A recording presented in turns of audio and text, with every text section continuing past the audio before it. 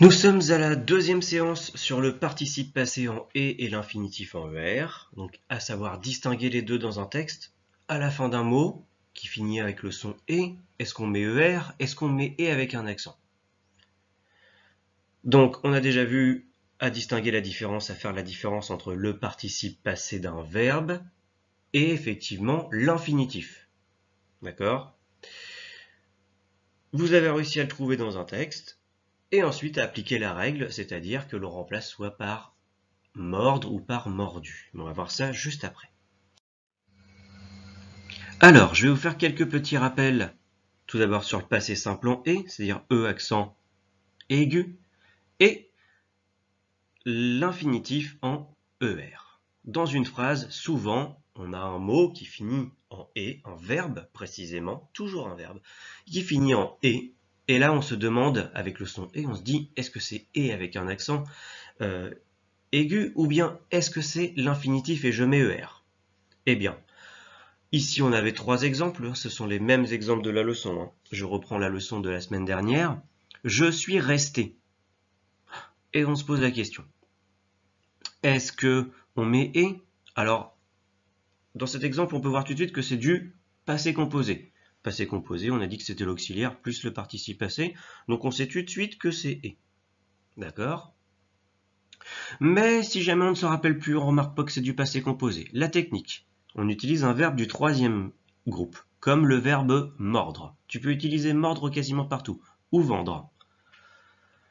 Et on remplace par soit mordu, donc si conjugué, soit on utilise mordre, tout court, à l'infinitif. On regarde dans la phrase. Je suis resté. Je suis mordu ou je suis mordre? Je suis mordu, ça a du sens, alors que je suis mordre, ça n'a pas de sens. Donc on va utiliser mordu. Comme on utilise mordu, eh bien on utilise le participe passé, donc on va mettre E avec un accent aigu. Deuxième phrase, je dois t'accompagner à la gare. Je dois quoi? Je dois t'accompagner. Je dois te mordu ou je dois te mordre? Je dois te mordu, ça n'a pas de sens. Donc on ne va pas utiliser le participe passé.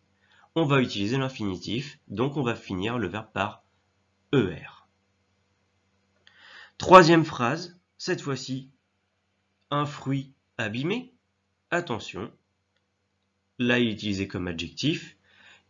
Il est comment le fruit? Il est abîmé, mais c'est toujours un verbe qui est utilisé comme adjectif et donc comme participe passé. On va tenter avec mordu, un fruit mordu ou bien un fruit mordre. Un fruit mordu, ça a du sens, alors qu'un fruit mordre, ça n'en a pas. On est d'accord. Donc on va utiliser mordu, et donc on va utiliser le participe passé, et donc ça va se terminer en et, E avec un accent aigu. J'espère que ce petit rappel t'aura été utile, et maintenant, deux exercices d'application. Premier exercice d'application. Il faut compléter tout simplement avec et ou bien ER. Tu peux utiliser le verbe mordre comme on vient de le voir, soit tu peux dire mordu, et dans ce cas-là tu mets et avec un accent aigu, soit tu peux dire mordre, et là tu mets ER. D'accord? C'est à toi de jouer. Pour la correction, je vais faire que les 5 premières, la suite tu l'auras bien compris.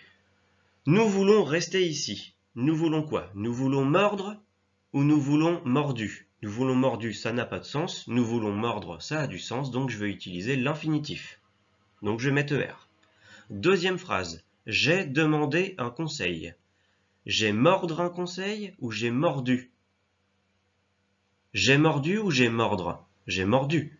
Donc là je vais utiliser le passé, le participe passé, et donc et accent aigu. Il a lancé la balle. Il a mordu ou il a mordre? Il a mordu. Donc on utilise toujours le participe passé. La rivière a débordé. La rivière a mordu ou la rivière a mordre? La rivière a mordu. Même si une rivière, ça peut pas vraiment... Si ça peut mordre, on peut dire que ça peut mordre sur le bord, sur les berges. Ça peut mordre les berges. Mordre, c'est quand tu dépasses, soit c'est quand tu croques dans quelque chose, soit c'est quand tu dépasses, par exemple, une ligne. Tu sais, sur la route, il y a par exemple la ligne blanche, eh bien, on ne doit jamais la dépasser en voiture, eh bien, si tu la dépasses un petit peu, on dit que tu as mordu la ligne. On peut l'utiliser aussi au sport. Donc bref, ici, la rivière a débordé, la rivière, on peut dire mordu, donc on utilise le participe passé. Je vais lui donner la solution. Je vais lui mordre ou je vais lui mordu. Ah, dans ce cas-là, même mordre, ça n'a pas beaucoup de sens. Si mordre ça fonctionne pas, on essaye avec vendre.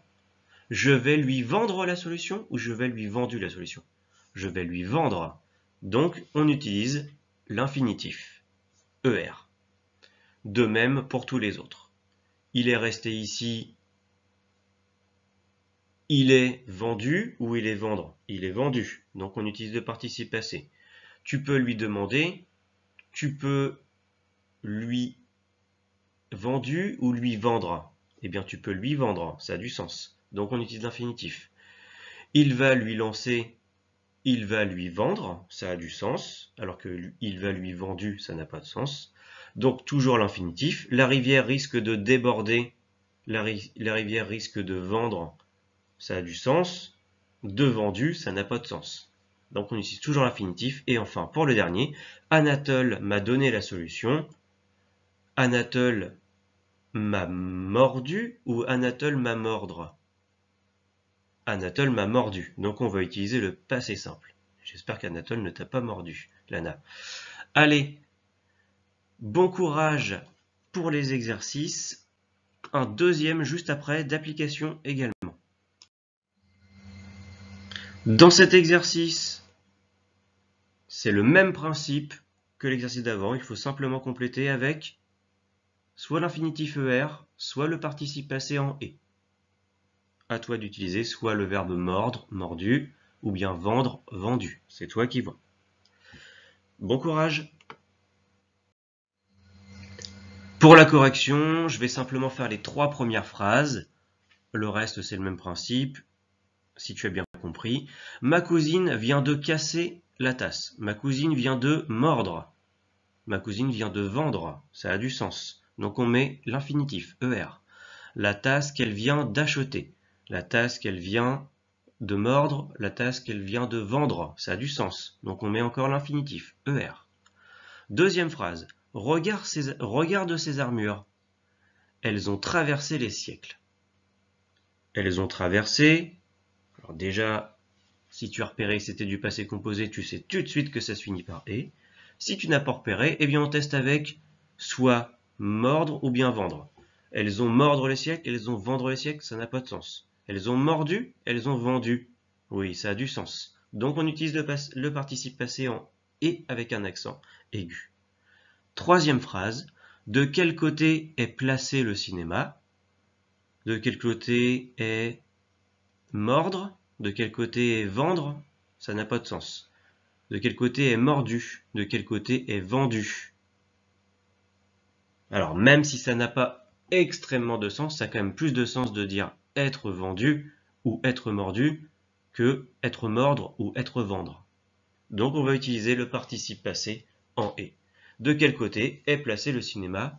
Et encore une fois, si tu as remarqué, c'était du passé composé. Avec le passé composé, on met toujours du participe passé.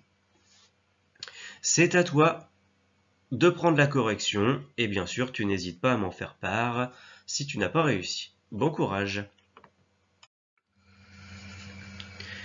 Si tu désires continuer à t'entraîner, tu peux cliquer sur ce lien. Ça va t'amener sur le site des logiciels éducatifs et donc tu vas pouvoir t'entraîner sur « et » avec un accent, donc sur le participe passé, ou bien l'infinitif en ER. Et donc si tu es déjà sur YouTube, tu es en train de m'écouter, eh bien le lien il est juste en dessous dans la description, tu as juste à cliquer dessus. Bon courage!